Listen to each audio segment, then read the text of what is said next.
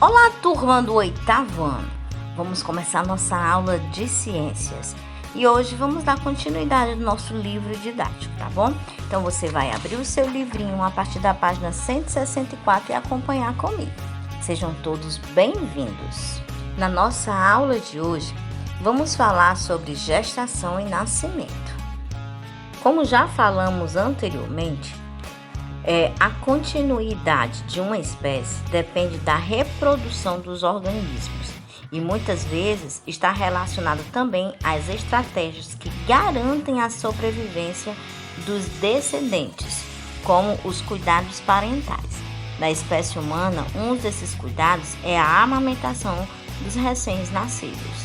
A partir de agora, veremos esse e outros processos relacionados à reprodução humana, como a fecundação, gestação e parto.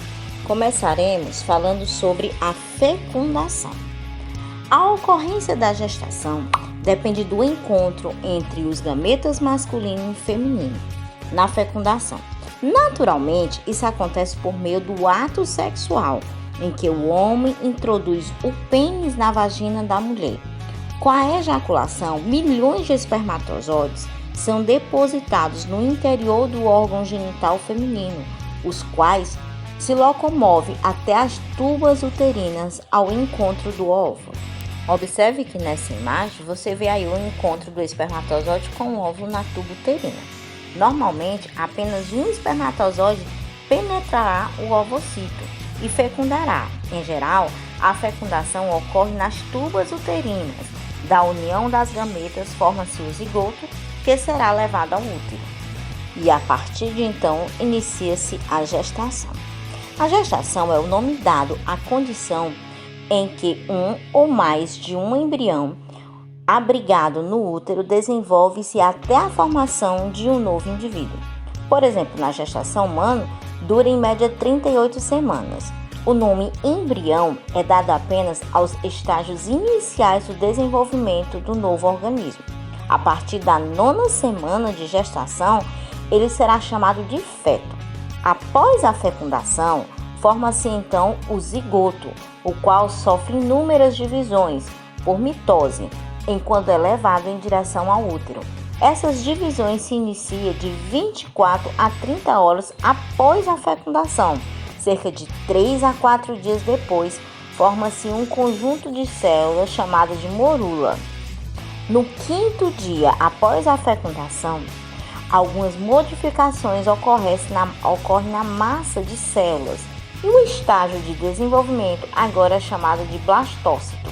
Cerca de 6 dias após a fecundação, o blastócito irá implantar-se no útero, dando início à gestação do novo ser, que por enquanto será chamada de embrião. Você observa nessas imagens o quanto é que aumenta essa gestação de um dia para o outro, né? E logo mais abaixo você vê aí a representação de uma parte do útero, onde mostra as diversas etapas da gestação humana. Você observa então a ovulação no ovário, a fecundação, o zigoto, as primeiras divisões celulares, os blastócitos e a implantação no útero. Então, o processo todo está representado nessa imagem. Depois que ocorre a implantação do endométrio, o embrião cresce e se desenvolve. Suas células começam a formar grupos que darão origem a tecidos e órgãos. Também começam a ser formadas estruturas localizadas externamente ao embrião e que serão importantes para a sua proteção e nutrição. A partir da 3ª semana do desenvolvimento, inicia-se a formação do sistema nervoso e do notocorda, que serão substituídos pela coluna vertebral. Ao fim da 4ª semana, o coração já bate e bombeia sangue através dos vasos simples. Com 8 semanas, já estão presentes o encéfalo, o intestino, o fígado, o pâncreas, o nariz, os olhos e os membros. A partir da 9ª semana, o ser humano em desenvolvimento passa a ser chamado de feto. O saco vitelínico fornece nutrientes ao embrião nas primeiras semanas de desenvolvimento. O córion circunda o embrião, Por essa estrutura, ocorrem as trocas gasosas entre o embrião e a mãe. Depois do desenvolvimento da placenta, as trocas gasosas passam a ser realizadas por meio desses órgãos. O amínio é um embrião que envolve o embrião e contém o líquido amniótico, uma mistura de água, sais minerais, gorduras e proteínas. Mergulhado nele, o embrião cresce protegido de choques mecânicos. A placenta é um órgão que permite que aconteça as trocas de nutrientes e gases entre o embrião e o organismo materno. E o famoso cordão umbilical conecta o embrião à placenta. É constituído de vasos sanguíneos que transportam nutrientes, gases e outras substâncias. Então, a partir da 12ª semana, inicia-se a ossificação, principalmente dos ossos do crânio, do fêmur e do úmero. Na 14ª semana, inicia-se o movimento dos olhos e os órgãos genitais já estão em início de formação, tornando possível a identificação do sexo por imagem de ultrassom. Entre a 15 e a 17 semana, o feto começa a fazer movimentos que podem ser percebidos pela mãe. Entre a 20ª e 24ª semana, parte do ganho de massa do feto se deve ao acúmulo de uma camada de gordura que lhe irá fornecer energia e calor após o nascimento. Ao final da 24ª semana, unhas e cabelos estão presentes.